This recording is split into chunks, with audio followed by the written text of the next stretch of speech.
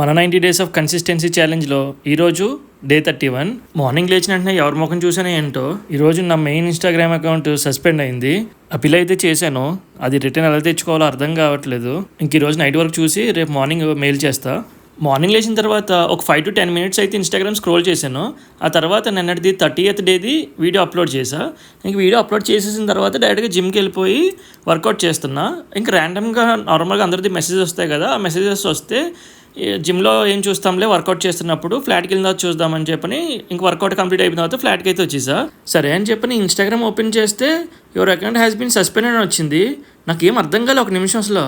రీసెంట్గా few days back నార్మల్గా Instagram reels వస్తాయి కదా, అలాగా చాలామంది ఈ సస్పెండ్ అవుతున్నాయి అకౌంట్స్ అని రీల్స్ పోస్ట్ చేస్తుంటే నేను ఏదో నార్మల్గా చేస్తారులే అని చెప్పి నేను పట్టించుకోలే. అసలు మన దాకా వస్తే కానీ తెలియలేదు అది ఎంత సీరియస్ మ్యాటర్ అనేది.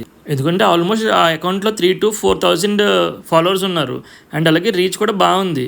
అండ్ సడన్గా నేను ఈ సస్పెండ్ అయింది అంటే నాకు అర్థం కావట్లేదు. ఇప్పుడు కమ్యూనిటీ గైడ్లైన్స్ నేను ఫాలో అవుతూనే ఉన్నాను.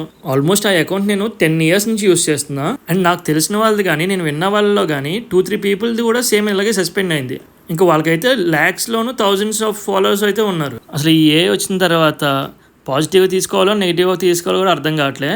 అసలు ఈ మెటా వాళ్ళు ఎలా డిజైన్ చేసి కూడా అర్థం కావట్లేదు. ఫర్ ఎగ్జాంపుల్ యూట్యూబ్ ఉంది, దాని కమ్యూనిటీ గైడ్లైన్స్ని ఫాలో అవ్వకుండా ఉంటే వార్నింగ్ ఇస్తుంది, ఆ తర్వాత 3 strikes వరకు ఛాన్స్ ఇస్తుంది. ఇంక ఈ టైప్ ఆఫ్ మాడ్యూల్లో రన్ చేస్తుంటే ఇంక ఏ కంటెంట్ క్రియేటర్ అనేవాడు అప్లోడ్ చేస్తాడు వీడియోస్, ఎప్పుడు ఉంటుందో ఎప్పుడు సస్పెండ్ అయ్యిద్దో అని ఆలోచిస్తాడు. కానీ చాలాసేపు డిస్టర్బ్డ్గా ఉన్నా, బట్ తర్వాత నాకు నేను రియలైజ్ అయ్యి మనం దీని గురించి ఆలోచించి అనవసరం టైం వేస్ట్ చేసుకోకూడదు. మన అకౌంట్ని బ్యాక్ తెచ్చుకోవడానికి టువర్డ్స్ దట్ అయితే వర్క్ చేయాలి.